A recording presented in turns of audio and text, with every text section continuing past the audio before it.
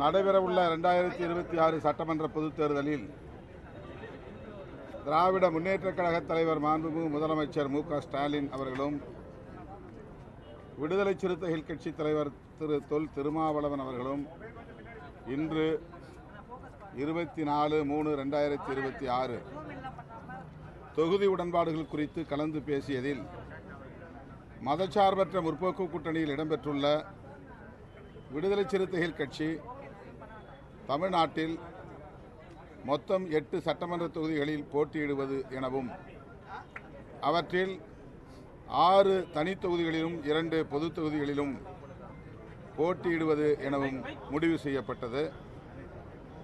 தலைவர் திமுக ஒப்பம், தலைவர் விடுதலை சிறுத்தைகள் கட்சி ஒப்பம்.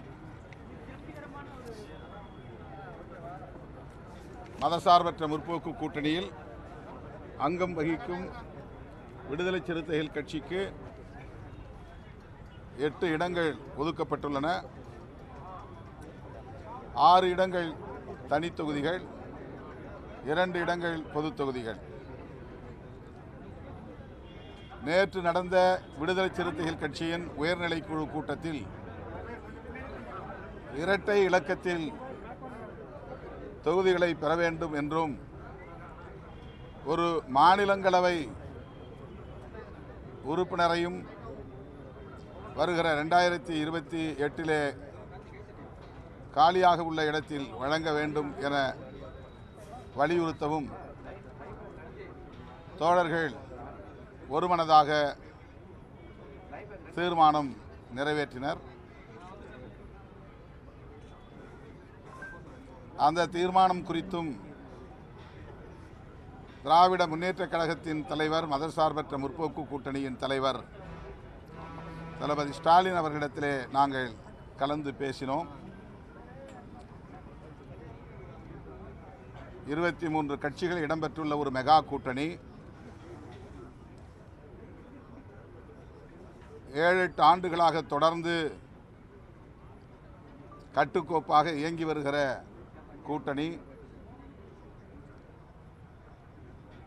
கருத்தியல் சார்ந்து இயங்குகிற கூட்டணி,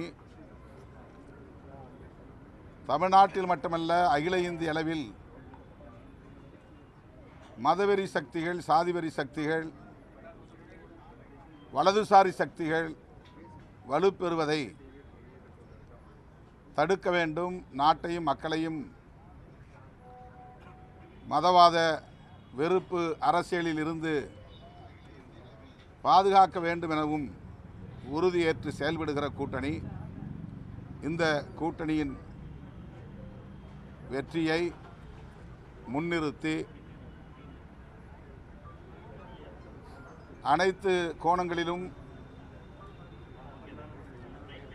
நல்லது கெட்டது போன்றவற்றை சீர்தூக்கி பார்த்து விடுதலை சிறுத்தைகளின் நலன் எவ்வளவு முக்கியமோ அந்த அளவுக்கு நாம் அங்க வகிக்கும் கூட்டணியின் நலன்களும் முக்கியமானது என்பதையும் கருத்தில் கொண்டு இந்த முடிவுக்கு விடுதலை சிறுத்தைகள் கட்சி உடன்பட்டிருக்கிறது. தொடர்ந்து திராவிட முன்னேற்றக் கழகத்தோடு நாங்கள் பயணிப்பதற்கு, மதசார்பற்ற முற்போக்கு கூட்டணியில் பயணிப்பதற்கு முதன்மையான காரணம் இடதுசாரி ஜனநாயக அரசியல் தமிழ் மண்ணில் பாதுகாக்கப்பட வேண்டும் என்பதுதான். வலதுசாரி பிற்போக்கு அரசியல் காலூன்றிவிடக்கூடாது, வலுப்பெற்றுவிடக்கூடாது. அது தமிழ்நாட்டுக்கும் நல்லதல்ல, இந்திய தேசத்திற்கும் நல்லதல்ல என்கிற பார்வையில் இருந்துதான் என்பதை அவ்வப்போது நாங்கள் தெளிவுபடுத்தியிருக்கிறோம், உறுதிப்படுத்தியிருக்கிறோம்.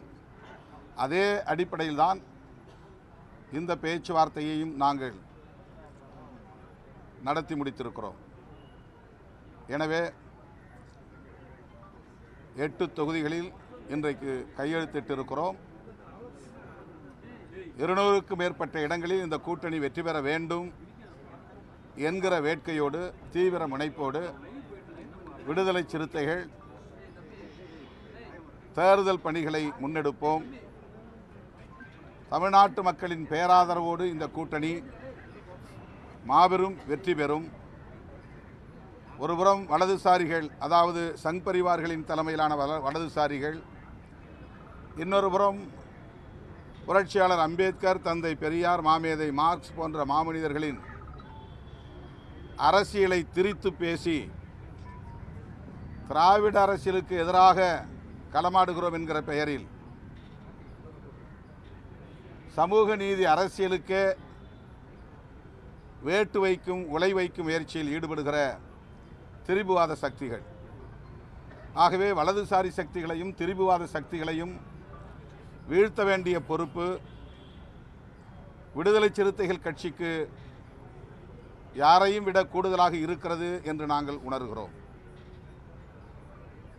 தற்காலிகமாக இந்த தேர்தலில் எங்களுக்கு என்ன லாபம் என்று கணக்கு போட்டு அதன் மூலம் வலதுசாரிகள் வலுப்பெறுவதற்கு இடம் கொடுத்து விட்டால் பிறகு தமிழ்நாட்டு அரசியலில் சாதி வெறியர்களும் மதவெறியர்களும் தான் கொட்டமடிப்பார்கள். அவர்களின் கைகள் ஓங்கும். விளிம்புநிலை மக்களுக்காக போராடக்கூடிய இடதுசாரி சக்திகள் பின்னுக்கு தள்ளப்படும் நிலை உருவாகும்.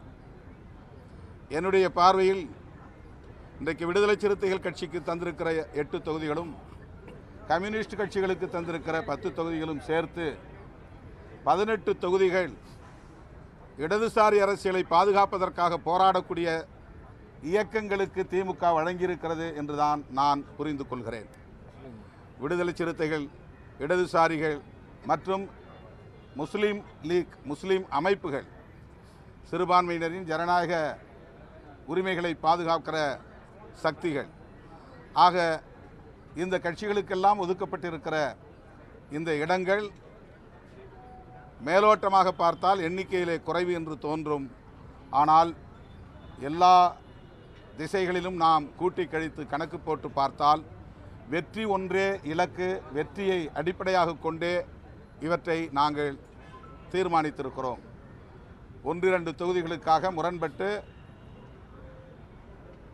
கூட்டணிக்குள்ளே சலசலப்பை உருவாக்கி வெற்றிக்கான வாய்ப்புகளை நாம் சேதப்படுத்திவிடக்கூடாது என்கிற பொறுப்புணர்வோடு தான் இந்த நிலைப்பாட்டை நாங்கள் எடுத்திருக்கிறோம். இதில் எங்களுக்கு மனநிறைவு உள்ளது.